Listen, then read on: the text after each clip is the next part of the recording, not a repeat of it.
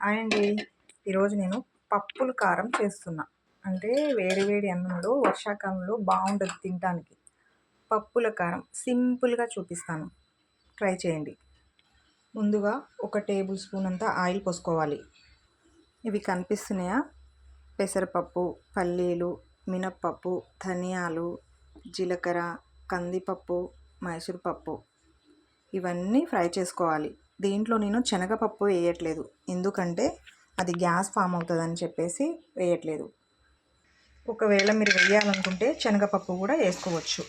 ముందుగా పల్లీలు, మినపప్పు వేసి మంచిగా ఫ్రై చేసుకోవాలి. కొంచెం లేటుగా ఫ్రై అవుతాయి.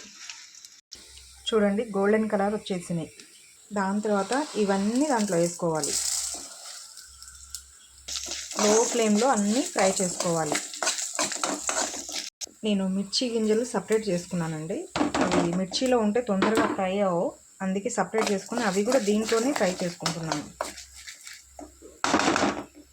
కరివేపాకు కూడా దీంట్లోనే వేస్తున్నాను.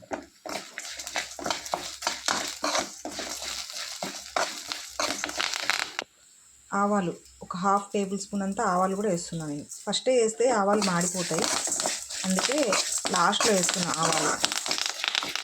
ఇవన్నీ ఒక ప్లేట్లోకి తీసుకొని కాసేపు చల్లార్చుకోవాలి మనం. అదే నూనె కడాయిలో మిర్చి, అంటే ఆయిల్ పోయొద్దు, అదే నూనె కడాయిలో మిర్చి కూడా ఫ్రై చేసుకోవాలి.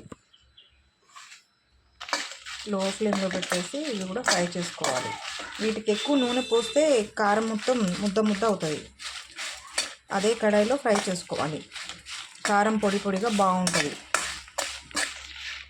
వీటిని ఒక 5 మినిట్స్ ఫ్యాన్ గాలికి ఆరబెట్టుకుందాం మనం. నాన్ స్టాప్గా ఆపకుండా కలుపుతూ ఉండాలి, మాడిపోకుండా ఉంటుంది. ఈ విధంగా ఫ్రై చేసుకోవాలి.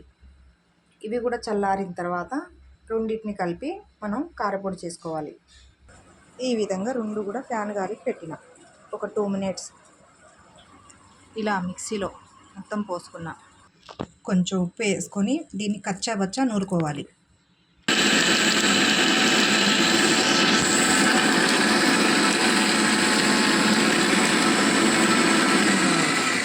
ఈ విధంగా వరుసగా నూరుకోవాలి. అప్పుడే మనకి రైస్లో టేస్ట్ వస్తుంది. దీన్ని ఒక బౌల్లోకి తీసేసి దీంట్లో మళ్ళీ మిర్చి నూరుకోవాలి మనం. సేమ్ దీంట్లో కూడా ఉప్పు వేసుకొని మెత్తగా పట్టుకోవాలి. ఈ విధంగా పట్టిన తర్వాత దీంట్లో వెల్లిపాయలు వేయాలి. నేను వెల్లిపాయలు పొట్టు లేకుండా వేస్తున్నా, పొట్టుతోటే వేస్తున్నా. పొట్టు లేకుండా వేస్తే కారం ముద్దగా అవుతుంది.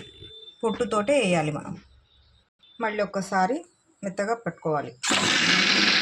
ఈ విధంగా వచ్చిన తర్వాత ఆ పప్పుల పౌడర్ని దీంట్లో వేసుకోవాలి. పప్పుల పౌడర్ వేసిన తర్వాత ఇంకోసారి మెత్తగా పట్టుకోవాలి. అంతేనండి, పప్పుల కారప్పొడి రెడీ. వేడి వేడి రైస్లో సూపర్గా ఉంటుంది. నెయ్యి అయినా సరే, నూనె అయినా సరే వేసుకొని తింటే చాలా టేస్ట్గా ఉంటుంది. ఒకసారి మీరు కూడా ట్రై చేయండి, కామెంట్ చేయండి. కొత్తగా చూసేవాళ్ళైతే సబ్స్క్రైబ్ చేయండి, లైక్ చేయండి. Thank you.